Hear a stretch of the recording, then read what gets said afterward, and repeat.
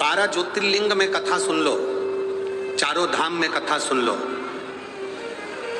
और एक बार कभी सीहोर कुबेरेश्वर धाम पर कथा हो रही हो तो 7 दिन बाबा की कथा वहां बैठकर सुन लो, पूरे तीर्थों का फल आपको प्राप्त हो जाता है। क्योंकि कंकर शंकर की तरह,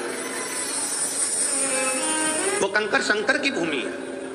वहां का एक एक कंकर तुम चलोगे, एक पत्थर भी उठाओगे और हाथ में रखकर देखोगे तो उसमें शिव नजर आएगा। कुबेरेश्वर धाम की भूमि का ये महत्व है। और वहां से जितने लोग कंकर लेकर आए हो, यहाँ कई लोग बैठे होंगे जो कंकर लेकर आए होंगे, वहां से जितने लोग कंकर लेकर आए हो उनको हाथ में उठाकर देखना, धीरे धीरे पूजन करते रहोगे, उसमें शंकर का एक प्रतिबिंब आपको खुद नजर आने लगेगा, उस कंकर में शिव नजर आने लगेगा। कुबेरेश्वर धाम का कंकर शंकर की एक प्रतिबिंबता है, वहां की मूलता है। इसलिए वहां का रुद्राक्ष कोई पैसे से नहीं मिलता। कोई तुमसे यहां पर आकर कहते पंजाब में भटिंडा में कि ये सीहोर का रुद्राक्ष खरीद लो 200 रुपए में, 500 रुपए में, 300 रुपए में। सीहोर कुबेरेश्वर धाम का रुद्राक्ष तो सीहोर भी नहीं जाता। तुम रेलवे स्टेशन पर उतर जाओ सीहोर के, या बस स्टैंड पर उतर जाओ सीहोर के, या कहीं उतर जाओ, कोई तुमसे कहे कि हम तो सीहोर के निवासी हैं, हमारे पास तो सीहोर का कुबेरेश्वर धाम का रुद्राक्ष लो, हम तुम्हें दे देते हैं, 200 रुपए हमें दे दो, 500 रुपए हमें दे दो, हमारे यहाँ ठहर जाओ, हमसे तुम ले लो।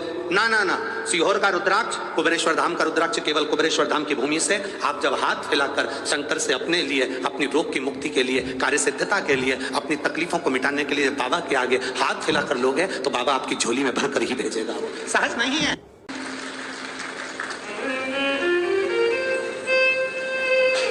जितने रुद्राक्ष उत्सव में रुद्राक्ष सिद्ध करे जाते हैं, उनकी पूजन करी जाती है, वही रुद्राक्ष आपको साल भर में बांट दिया जाता है। वही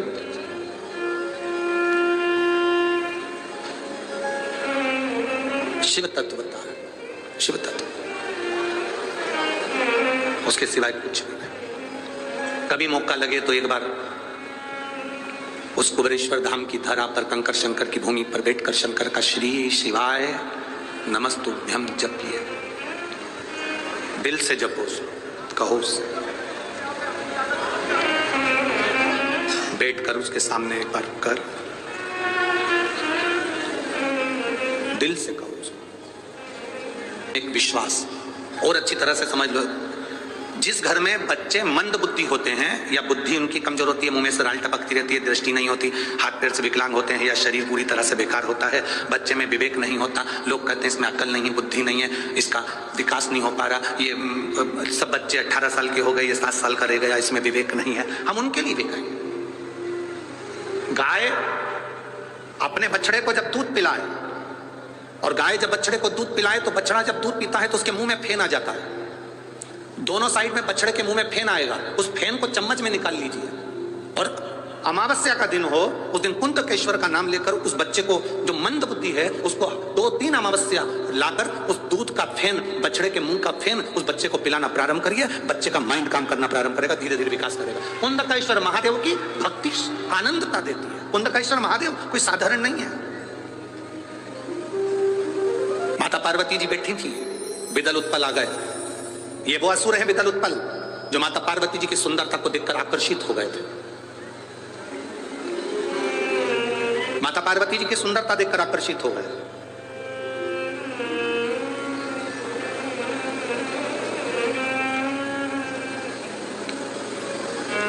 देवता और असुर, इनमें एक अंतर भारी होता है। देवता बगीचे में लगे हुए फूल को देखकर खुश हो जाते हैं, और असुर उस फूल को तोड़कर उछल देते हैं। कोई सुंदर दिख रहा है ना, उसको देखकर प्रसन्न हो, मना नहीं है, पर उसकी सुंदरता को कुचलने का कार्य ना करें।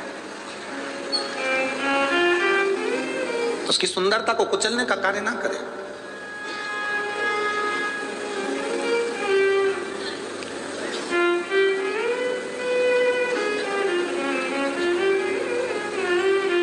शिव महापुराण की कथा कहती है, विदल उत्पल ने जब माता पार्वती जी की सुंदरता देखी, दुनिया में ऐसा कौन है जिसने माता पार्वती की सुंदरता नहीं देखी?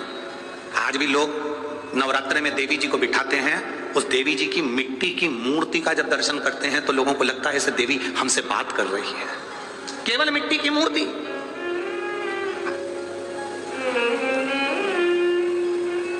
तुम्हारे भटिंडा में बहुत मंदिर होंगे, सारे मंदिर में घूम लेना, एक देवी जी का मंदिर, उस मंदिर में चले जाना, दुर्गा जी का मंदिर, देवी जी का मंदिर, माता रानी का मंदिर, उस मंदिर में जाना। राम जी के पास में भी सीता जी होंगी, कृष्ण भगवान के पास में राधा जी होंगी, ब्रह्मा जी के पास में ब्रह्माणी होंगी, भगवान नारायण के पास में स्वयं लक्ष्मी होंगी। और एक बार दुर्गा जी के मंदिर में जाना, देवी के मंदिर में जाना, उस देवी की प्रतिमा का मुखाग्रविंद का दर्शन करना, उनकी सुंदरता का दर्शन करना, आपको लगेगा कि मां कितनी सुंदर है, मां का स्वरूप कितना सुंदर है। 33 कोटि देवी देवता भी माता पार्वती जी की सुंदरता का गुणगान गाते थे। पार्वती मैया किसी ब्यूटी पार्लर में नहीं जाती थी।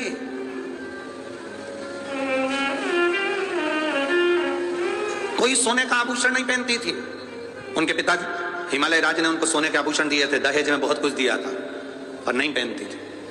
दहेज तो इतना दिया था, हिमालय राज ने इतना दहेज दिया था, इतना दहेज दिया था, इतना दहेज दिया था कि माता पार्वती जी के 7 बार अवतार हो जाएं तो इतना दहेज हिमालय राज ने माता पार्वती जी को दिया था कन्यादान में। इतना दहेज दिया था। जब विदा होने लगी, शंकर भगवान ने पार्वती जी से कहा चलें? पार्वती जी बोली चलो।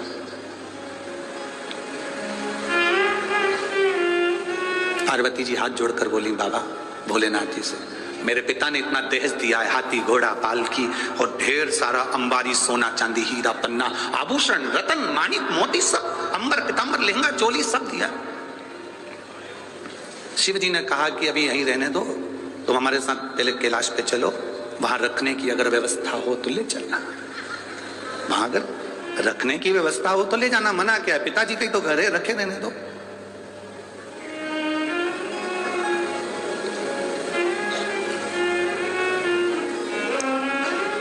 आप सबकी शादी हुई होगी, मेरी जीजियों, मेरे जीजा उन तुम्हें ब्याहने के लिए आए होंगे। आप सबकी जब शादियां हुई होंगी और मेरी जीजियों तुम्हारे कन्यादान में ढेर सारा सामान दिया होगा, बर्तन इतने बड़े बड़े भगोने, बड़े बड़े थालियां, गिलास, चम्मच, बर्तन, कपड़े, अलमारी, सामान सब तुम शादी कर आई तो अपने साथ लेके आई थी सारा बर्तन? जम के तो बोलो नहीं। गाड़ी पे चढ़ा दिया गया था, लोडिंग में भर दिया गया था, तुम्हारे घर पहुंचा दिया गया था। तुम शादी के 2 महीना, 4 महीना, 6 महीना, 8 महीने तक तो तुम अपने घर के बर्तन को भी नहीं देख पाई थी कि रखे कहाँ है। बोलो दी जीजो सही है कि गलत है? कहाँ पड़े हैं बर्तन तुम्हें नहीं मालूम, कहाँ पड़ा है सामान तुम्हें नहीं मालूम, तुम तो पटक दी। क्यों? क्योंकि मैं पति के घर में जब आई, मैंने देखा पूरे घर में बर्तन जमे हुए हैं, फर्नीचर बना हुआ है, गाड़ी कपड़ा सब रखा है। मेरे कपड़े की क्या जरूरत, मेरे बर्तन की क्या जरूरत? सास ने कहा बेटा तुम्हारे बर्तन मम्मी रख दो, बोरे में भरे, बड़े बड़े बारदान में भरे, सिले ऊपर टांग पर कहीं भंडारे में, उनको पटक दिया। आज तक तुम्हारी शादी के बर्तन बोरे में बंधे हुए भरे हुए आज तक पड़े होंगे, अभी तक नहीं निकले। वो तो तुम जब अलग होगी घर से तब तुम्हारे बर्तन उठा के ले जाओ। बोलो सही है कि गलत है? तो उठा के ले। वो बर्तन आज तक रखे, सामान आज तक रखा, अभी तक नहीं छुआ गया, पड़ा की पड़ा ही है, रखा की रखा ही है। क्यों? वो बर्तन की आज तक जरूरत नहीं पड़ी, क्योंकि बाबा ने, मेरी जीजियों, तुमको जो मेरा जीजा मिला है ना, वो साधारण नहीं है। तुम्हारे मुंह से आवाज निकलती और मेरा जीजा ला कर दे देता है, तो बर्तन की क्या जरूरत है? बर्तन की क्या जरूरत है? भगवान शिव ने कहा पार्वती तुम चलो पहले कैलाश पर व्यवस्था देख लो, अगर तुमको लगता है कि तुम्हारे पिता के घर के सामान की तुम्हें जरूरत है तो तुम देख लेना। जैसी पार्वती जी कैलाश पर गई तो उन्होंने पूछा घर कहाँ है? Bedroom, kitchen, hall. Shiv ji बोले तो तुम देख लो, इतनी सारी गुफा हैं, किसी में भी घुस जा, ये सब कमरे ही तो है, बेडरूम ही है, जा। पार्वती जी एक गुफा में प्रवेश करी, उस गुफा से निकलने में पार्वती जी को लगभग 2 साल लग गए थे, एक में घुसी थी। पार्वती जी बोली इतना बड़ा बंगला मैंने कभी नहीं देखा, मेरे पिता के। शिव जी ने पूछा वो बर्तन और वो दहेज का सामान पिताजी की यहीं रहने दो, क्योंकि कहीं रख के भूल गए तो मिलेंगे नहीं। जब 2 साल में तो वापिस लौट के आई तो बर्तन और जेवर कहाँ रख के भूल जाओ, बता।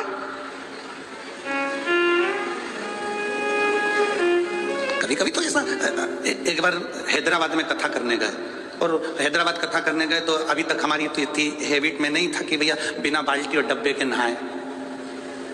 अब हैदराबाद कथा करने गए और वहाँ उन्होंने बाल्टी डब्बा कुछ दिया ही नहीं होटल में। अब वो हमने आशीष से कहा, आशीष सुबह सुबह उठे तो नहाए कैसे? तो कहा गुरुजी वो ऐसी बटन दबा दो, वो ऐसी लाइट की बटन थी, उसको ऐसे ऐसे हमने कहा 1 2 3 नंबर दबाओ और ऊपर से पानी आएगा, नहा लो।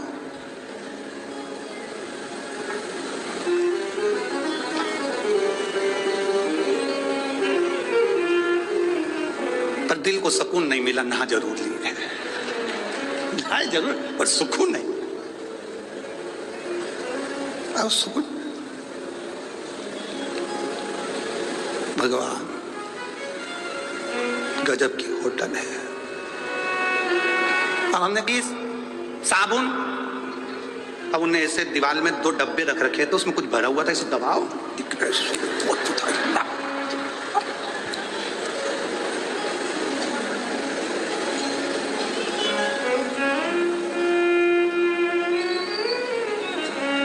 अब अपन तो अपने साबुन से नहाए सो तो बात करे क्या।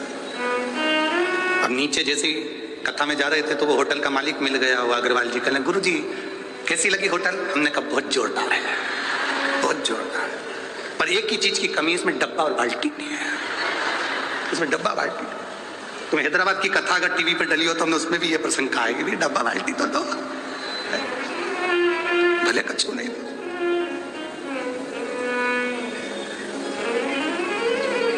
हम जब मेहता जी के यहाँ आए, इतना बड़ा बंगला उनका देखा तो हमने आशीष से कहा डब्बा बाल्टी देखिए तो जा पहले देख के आ, जा तो जा।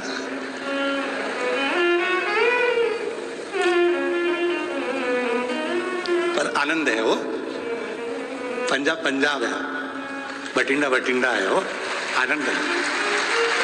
आज तो हमारे मेहता जी के बेटे का जन्मदिन भी है, क्या नाम है उसका? पद्म का। कहाँ है बेटा पद्म? आओ इधर आओ, पधारो आओ।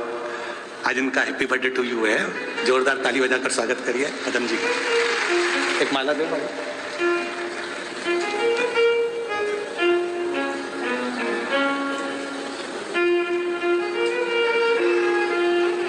बच्चा व्यवस्था में लगा रहता है तो मिलना भी नहीं होता, रोज आरती में भी नहीं आना होता इसका।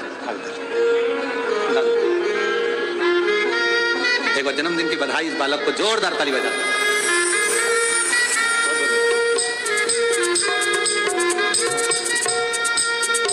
शिव तत्व हर हर महा। आप सभी लोग जानते हैं कि 10 मई 2024 यानी कि वैशाख शुक्रवार के दिन अक्षय तृतीया आ रहा है। दोस्तों, इसी दिन किया जाने वाला पंडित जी द्वारा बताया गया एक दीपक और 3 हरी इलायची वाला उपाय आप लोगों को जरूर करना चाहिए, क्योंकि दोस्तों यह एक ऐसा उपाय है जो कि इस उपाय को करने के पश्चात दोस्तों आपको पूरे कोई और उपाय को करने की जरूरत नहीं है। जिस उपाय को हम आपको बहुत अच्छे से समझाने वाले हैं, इस वीडियो को देखने के पश्चात इस उपाय को समझने के लिए आपको कोई और विधि को देखने की जरूरत नहीं पड़ेगी। तो चलिए दोस्तों, उपाय को शुरू करते हैं। देखिए, आपको बता अक्ष का जो दिन होता है ये बहुत ही शुभ होता है। पूरा का पूरा दिन इस दिन ऐसा होता है कि सारा का सारा समय शुभ होता है। इस दिन बहुत सारे लोग सोना चांदी खरीदते हैं, बहुत सारे उपाय करते हैं माँ लक्ष्मी को प्रसन्न करने के लिए, क्योंकि इस दिन यदि माँ लक्ष्मी प्रसन्न हो जाती है तो कभी भी उस व्यक्ति के जीवन में, उसके घर में निर्धनता और गरीबी वास नहीं करती है। वो व्यक्ति फिर धनवान बनकर रहता है जो इस दिन कुछ सरल से उपायों को कर लेता है, माँ लक्ष्मी को प्रसन्न कर लेता है। देखिए, अक्षय तृतीया का दिन एक ऐसा दिन होता है जिस दिन माँ लक्ष्मी सबसे जल्दी प्रसन्न हो जाती है। और आपको बता दें, इलायची एक ऐसी वस्तु है जिसे आप माँ लक्ष्मी को बहुत जल्दी प्रसन्न कर सकते हैं। तो इस बार अक्षय तृतीया पर 3 हरी इलायची आपके जीवन की बड़ी से बड़ी निर्धनता और गरीबी को दूर कर देंगी और साक्षात माँ लक्ष्मी आपके घर में वास करेंगी श्री हरि विष्णु के साथ, और कभी भी आपके जीवन में गरीबी और निर्धनता लौटकर नहीं आएगी। तो चलिए सबसे पहले बात कर लेते हैं पहले उपाय की। कौन सा पहला उपाय है जो आपको अक्षय तृतीया वाले दिन विशेष कर करना है। और इस पहले उपाय को यदि आप करते हैं तो कोई भी ऐसी विश आपकी है कि मेरे जीवन में ये मेरी विश है, ये पूरी नहीं होती है, तो आपकी बड़ी से बड़ी विश को भी मां लक्ष्मी पूरा कर देती है। तो देखिए, इस दिन आपको क्या करना है। लेकिन उससे पहले जो भी मेरे भाई, मेरी प्यारी बहनें आज चैनल पर पहली बार आए हैं या मेरी आवाज आज पहली बार सुन रहे हैं, यदि आप भी महादेव के सच्चे भक्त हैं तो वीडियो को लाइक और चैनल को सब्सक्राइब जरूर लें। आपको क्या करना है, 3 हरी इलायची आपको अपने घर में किस जगह पर जलाना है और कैसे ये 3 हरी इलायची आपके जीवन में मां लक्ष्मी को लेकर आएंगी। मां लक्ष्मी प्रसन्न हो जाएंगी, श्री हरि विष्णु प्रसन्न हो जाएंगे और घर में आपके कहीं से कहीं तक आपको पैसे की कमी नहीं मिलेगी। आपके घर में इस तरह से पैसा आएगा कि वो पैसा आप संभाल नहीं पाएंगे।